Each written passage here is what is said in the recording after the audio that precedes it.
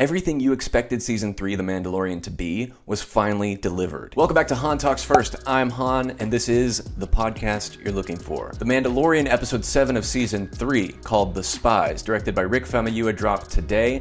And I gotta say, even though a couple days ago we talked about the leaks, and they all came true, and I knew it was gonna happen, I still had a good time. And whew, because I was starting to worry there that the season wasn't going to get any better. This was a really good episode. We finally got into what the new premise of the show is, and all the characters are reunited, so let's talk about it in a full spoiler discussion. So who talks first? You talk first? I talk first.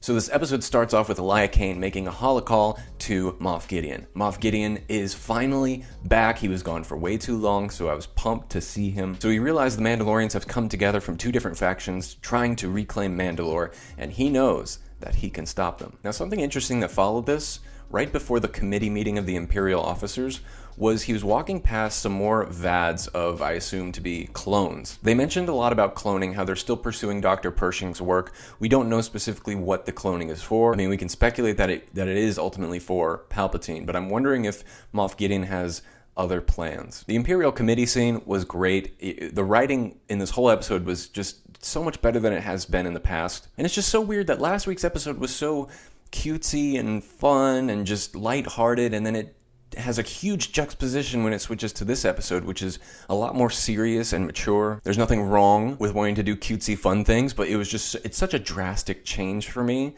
and it felt a little weird. This is the Mandalorian that I kind of prefer. So let's talk about IG-11 or IG-12. So yes, he's back. He's no longer sentient, but he has become a motor vehicle for Grogu, and I actually love this. Now, as someone who looks at things from a bit of a creative business lens, I realize this was for toys. This was for Funkos, Hot Toys, all that stuff. People want this. I want this as a toy. So with that being the first thing they considered when making this, I still did love it at the end. I thought it was cute, and I really loved how when they were walking through the town, he was just kept pushing the yes button. I thought it was funny and it was adorable. And then after this, one of the big key moments in the show was when the two factions of Mandalorians were brought together and said that we all have to combine our power and our love for Mandalorian people and for Mandalore and go back and reclaim it for ourselves. I'm still a little bit confused about the Armorer and how she still feels about Bo-Katan.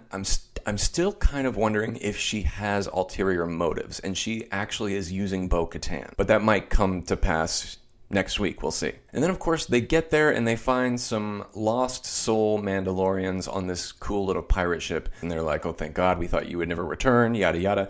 And it's cool to see how Bo-Katan has kind of become not just a legacy character in this world, but also a bit of a myth. Because then Din reveals he's actually heard of Bo-Katan in the past, heard her story. Bo-Katan has kind of become like a Luke Skywalker adjacent figure amongst the Mandalorian people. I mean, obviously because she was ruler at one point. You know, such a huge passage of time has gone by. And there are Mandalorians that were younglings back when she was the ruler, which also confuses me because Katie Sackhoff is not that old, yet her character should be around 65 years old, if my math is correct. And there's still a little bit of butting heads between the two people because they play this little game of chess and then he challenges him to a duel. That was fun, whatever. And then Grogu steps in and is like, hey, yo, we can't keep doing this. We really got to work together. And it was a great moment when Bo-Katan is just like, you trained your apprentice well. And it's kind of interesting to see Grogu have a bit more of a presence amongst the group now that he is in the IG-12 unit, kind of reestablishing him as a character and giving him the potential to have an arc, whereas before, he's just a baby, he's just a little guy. You can't really do much with that in a character that can't talk, especially since you closed out his arc on Season 2 with a whole Luke story and things like that. Now, there was a little bit of a monster appearance. It was this little dragon that was bellowing underneath the surface of the planet, I guess. Don't know what kind of dinosaur this was, but it was very brief, which kind of made me happy. I love the monster stuff in these episodes, but I didn't want to waste too much time focusing on that because we've had so much of that throughout the whole show. So I'm glad that they just got off the ship and ran into the caves, and that moment was over. And then we see that all of this was actually an ambush, and there are some Imperial soldiers down there with jetpacks, with Beskar-like armor, and then they realize they still have inhabited parts of Mandalore, and it might not be as easy as they once thought trying to reclaim it again. Now let's talk about Moff Gideon's armor. That was sick. He comes out in this black, obsidian-like Beskar alloy, and it was just gorgeous. And what was really great about his comments about the suit was mentioning the Dark Troopers. For those of you that don't know the Dark Trooper history, there were 3 different phases of that model of droid. And the goal was to eventually become a prototype for a piece of armor that a soldier could wear. And in this case, they adapted it to become almost Mandalorian-esque. So it brings in together the best of the 3 different tribes that Moff Gideon's trying to achieve: Imperial, the Mandalorian, and Jedi. And it builds onto that lore of the Dark Troopers that really it was begging to ask for, because that's the history of it from previous lore of Star Wars. And let's face it, it was really freaking sick. So then somehow after that, they were able to escape the ambush. Somehow the Mandalorians have returned. They managed to escape the grasp of Gideon and his soldiers, yet Paz Vizsla is left behind. And he actually stays behind to save them, which I think he could have gotten away with because they closed the blast doors anyway, so he could have totally left. Then the Praetorian Guards show up. The Praetorian Guards was something that I thought may have been false from the leaks that we talked about a few days ago, but it actually came true. I'm really curious about what their actual role is in this post-imperial lifestyle, but what's important to point out is they are elite soldiers. And what was great about the Paz Vizsla and Praetorian Guards fight was it wasn't drawn out. It wasn't dramatic. These guys are great at what they do, and they're great fighters, and they start stabbing him immediately. And I liked it so much because it's almost like in a real fight, that's kind of how it would have gone down. Look, I never liked the Paz Vizsla character all that much, so I wasn't too attached when he died.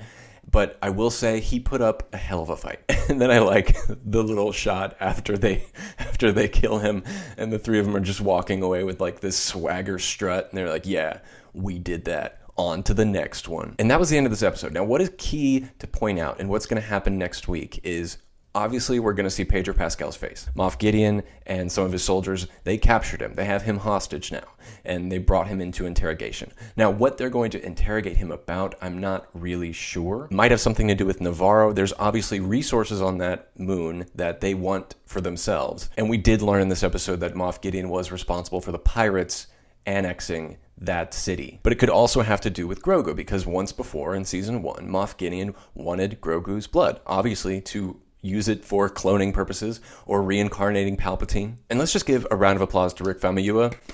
This season he was given the title of executive producer, so he has a little bit more creative power when it comes to the story. And it's almost like, did you give yourself this episode because you knew it was the best one of the season? But regardless, there's a huge difference in the way this episode was made from last week's. And I'm not talking about how Bryce Dallas Howard is more amateurish, because that wasn't the point. But if you look at how much story we got in this 40 minutes, as opposed to or the whole other whole of this season, so much was accomplished in this episode that it almost feels like the story is just now beginning. It's frustrating because there was a lot of filler in the season so far. I've had people in the past tell me you have to have patience. You can't want everything all at once all the time. And they're like, you have to be able to look back on the episodes and realize they were great. But that's not how you should watch television. The whole point of television in the first place is to be entertained. And me, as a consumer, I felt some of the episodes were filler or drug out or just not really related to the story. Every single TV show is going to have bad episodes. It doesn't matter who you are. I'm a big Friends fan, the sitcom from the 90s and early 2000s, but even Friends had bad episodes. And it doesn't mean the show is bad. It's just like, hey, you can't hit a home run every single swing. Now, I will say there are some shows that are just perfect beyond belief, and one of them is Dark Crystal Age of Resistance. Oh my God. Netflix, I'm still pissed at you that you canceled it, and I'm coming after you. So what the hell is going to happen next week? Well, I guess we have to wait and find out. But I will say, I have a feeling that episode 8 is going to be on the caliber of this episode, which I really hope so, because This one was, in retrospect, I might give a different answer, but this was probably the best episode so far. But let me know what you think is going to happen next week in the comments down below, or reach out to me on social media. Everything's at Han Talks First. I really hope you guys like this episode, because I know a lot of you are frustrated with the show, and I've seen some comments in some of my videos that are not really positive. All I ask is you keep it civil when talking to other Star Wars fans. But thanks for watching today's episode. I hope you guys have a great rest of your week, and until next time, somehow, some way, somewhere this week,